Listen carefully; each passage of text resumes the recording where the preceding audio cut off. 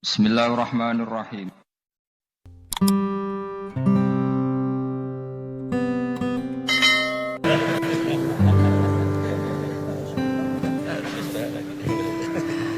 Bismillahirrahmanirrahim. Meneruskan konstruksi ayat ya. Misalnya begini, Anda jangan langsung menyalahkan Nabi Adam. Saya ini sering kampanye untuk membela Nabi Adam, karena banyak kiai yang cerita Nabi Adam itu salah melulu. Nanti kan kita di surga kan nggak perlu ngajukan kredit, nggak perlu punya istri cantik yang minta ke mall, karena kelebihannya bidadari itu cantik, tidak minta belanja. Sudah gitu di madu juga nggak protes. Tapi kalau di dunia itu sudah minta belanja, di madu protes. Jadi tapi kenapa Nabi Adam akhirnya keluar dari surga dan kita menyalahkan hanya demi kepentingan supaya tadi punya istri cantik, tidak minta uang apa belanja dan boleh dipoligami mau mas. Di konstruksi ayat itu tidak ditampakkan, tapi semua ahli tafsir tahu. Misalnya fadallahuma bihurur, setan menipu Adam dan Hawa dengan curang. Gurur itu nipu. Jadi kalau ngaji nipu itu mulai dulu itu ya gurunya setan itu. Jadi Nabi Adam itu di surga dengan penuh limpahan anugerah. Buah apa saja ada, makanan apa saja ada, enggak bayar. Tempat mewah leg juga enggak bayar. Kalau Anda di hotel leg sedikit aja bayarnya minta ampun. Akhirnya setan itu pura-pura nangis terseduh-seduh.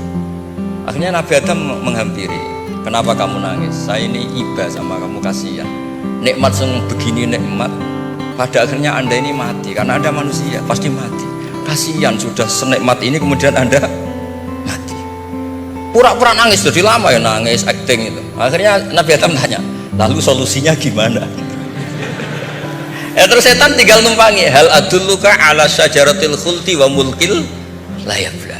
Kamu mau tak kasih vitamin makan pohon khuldi, nanti kalau kamu makan itu terus abadi.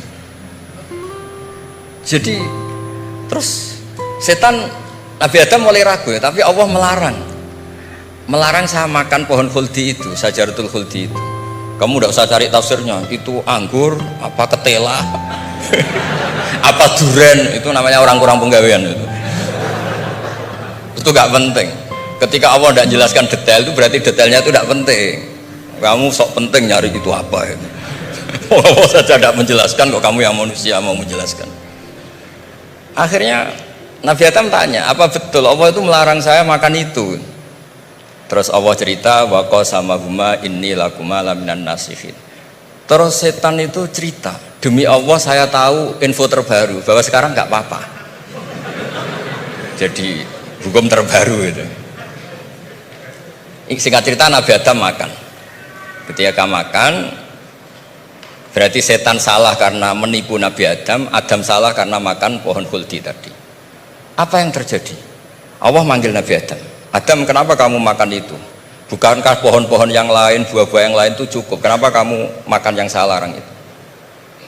Terus jawab Nabi Adam ini yang unik, yang kita harus bela Nabi Adam ila yaumil qiyamah. Wa izzatika ya rabbi ma adzunnu anna ahadan yahlifu bika kadiban. Demi kehormatanmu ya Allah, ketika engkau disebut oleh setan, saya tidak pernah mengira ada orang berani mencatut nama engkau kemudian dia bohong.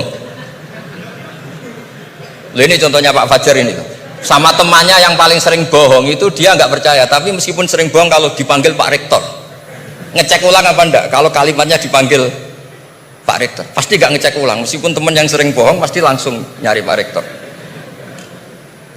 Saya misalnya sebagai murid Mbah Maimun punya teman yang sering bohong sekalipun, terus bilang Gus dipanggil Mbah Maimun, pastilah langsung ke sana, karena disebut nama itu orang sudah tidak berpikir jelimet.